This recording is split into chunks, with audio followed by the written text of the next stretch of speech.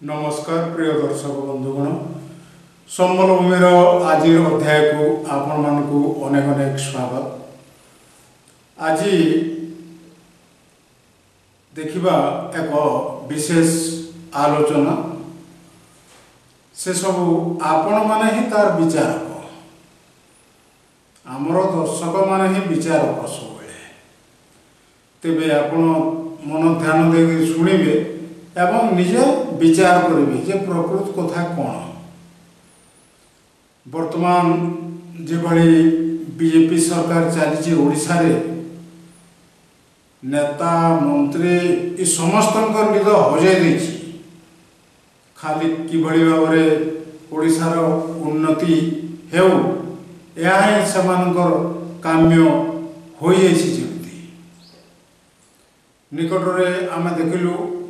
आमर प्रिय राजस्व मंत्री सुरेश पुजारी छुट्टी दिन में ऑफिसर मानू डाकी रविवार दिन सी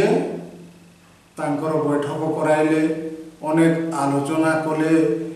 जो आमर आसूची बात्या बन्या एतार मुकाबिला पाई यार मुकाबिला पाई कौन सब कर से सब से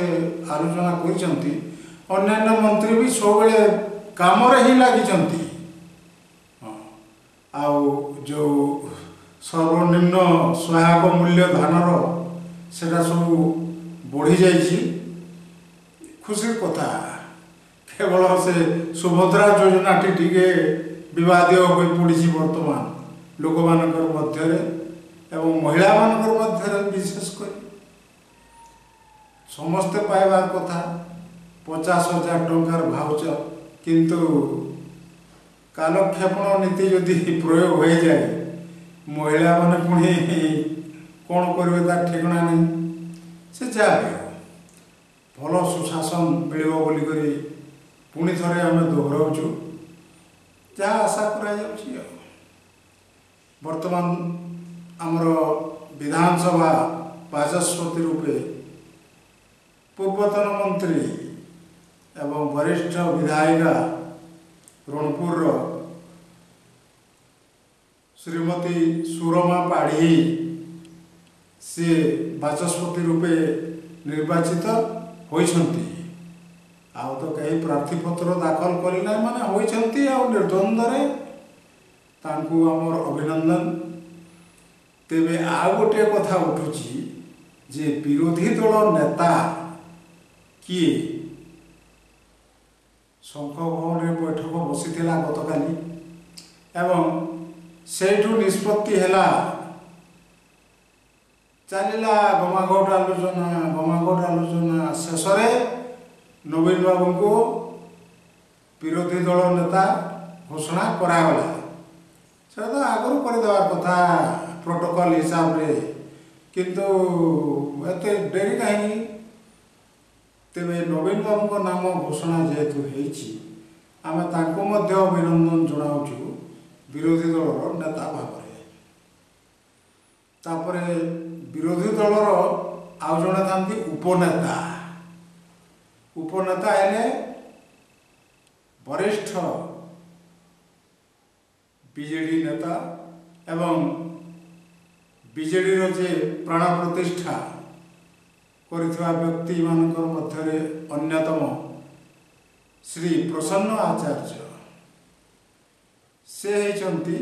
विरोधी दलर उपनेता आम तांको मध्य अभिनंदन जणाइबा निश्चित भाव में। तेबे प्रसन्न बाबूंकर राजनीति रे बहुत अभिज्ञता रही तांको चाणक्य बोली कहा जाए ओडिशा तेबे सी तो सांसद थिले मंत्री थिले विधायक थिले आ कौन थिले अनेक पद पदवी से मंडन करते किंतु एथर जेहेतु नवीन बाबू को विरोधी दल नेता भाव में घोषणा करिछि बीजेडी तेबे प्रसन्न बाबू को मध्य उपनेता भाव में घोषणा करिछि किंतु प्रकृत में विरोधी दल नेतार काम करिवो किए आपण टे चिंता करंतु। नवीन बाबू तो टिके सेतेटा कहि परिवार असंभव। ओडिया असुविधा आसी जाइछि, इंग्राजी हाँ किए क्योंठि पदे अधे कहीदेवे से भिन्न कथा, किंतु इंग्राजी को संपूर्ण बारण करा दिशुछि एवं सेतिपाय प्रसन्न आचार्य को रेडी करा रखा जाइछि। से पूरा रेडी करी तांको रखा जाइछि। छाड़िबे बाण, छाड़िबे तेरछा बाण, ए सबू आमे निश्चित भाव में देखिबा। तेबे आमे समस्त निर्वाचित प्रतिनिधि माननकु एवं जो पद पदवी लाभ कले समस्त को आमे अभिनंदन जनाउछु एवं समस्ते राज्य पाई काम करंतु, लोकंक हितरे काम करंतु। काकु कहबा, कपाल रे सिना कर मारिबा